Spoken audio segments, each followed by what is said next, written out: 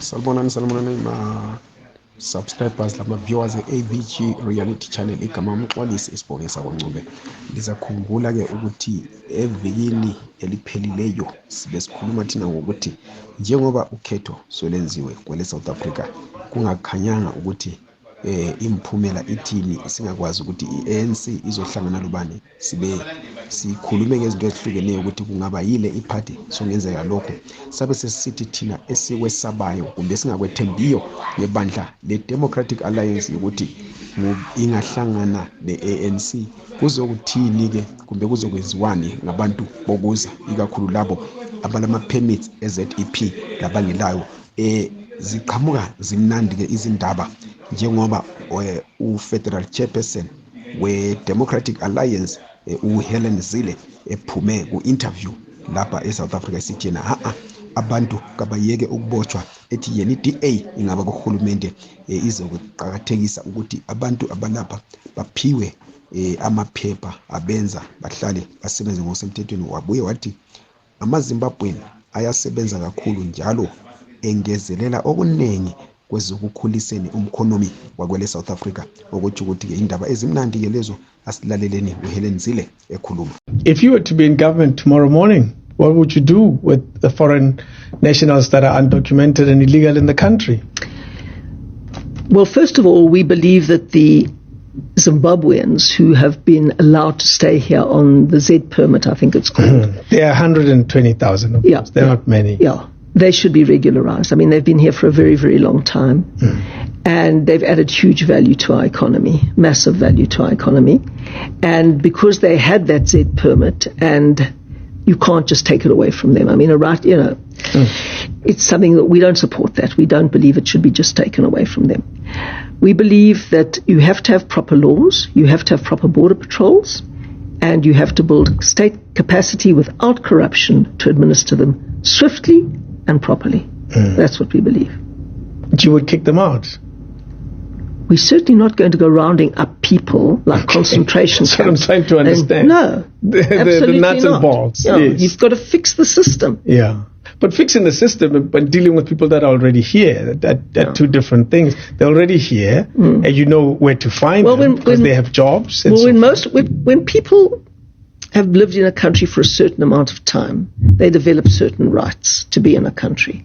That happens. It works like that all over the world, and it depends on what the law says. For how long do you have to be in a country legally with the right documentation to get a job, to become a permanent resident or whatever else? Let's talk about an illegal person who has no papers at all. Well, he paid a bribe at the border and has been here for 10 years. Yeah, well, that's a serious matter, and people have to become legalized.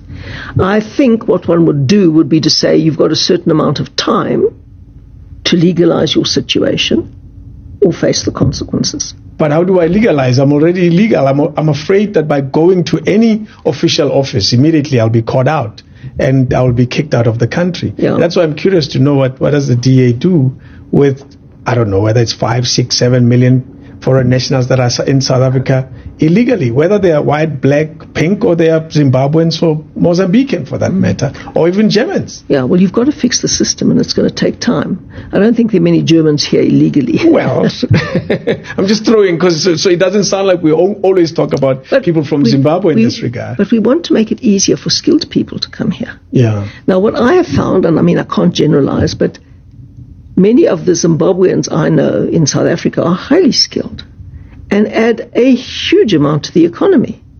Skilled people add more opportunities for unskilled people than they take away.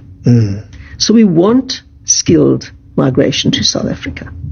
We want people with skills who've got money and skills who've got entrepreneurial leanings, who will start businesses. That's what we want. That's how you grow the economy. What do we do with the unskilled, which are equally as many? Look, you can't go rounding up people and kicking them out.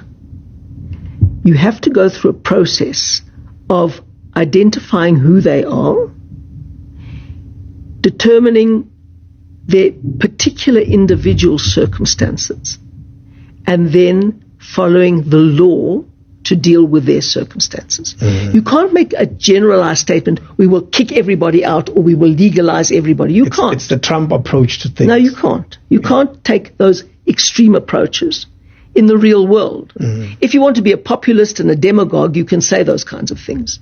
But if you want to deal with real problems in the real world, you have to deal with individual issues. So, I mean, the best thing to do would be to say, let's find out who these people are. Let's find out where they are. Let's find out what value they're adding. Let's find out what the individual circumstances are. Let's find, did they try to legalize their situation? Was it inefficiency from Home Affairs? Was it corruption from Home Affairs? It's a big job. It's not going to happen overnight. Yeah, it's years of work. But, it's years that has caused this mess. That's why I say when the DA gets into government, the first term, we try to stabilize the finances and appoint the right people in the right positions who can do the job. Then you say, okay, what's the next step? And the next step. It takes 20 years to build a Cape Town.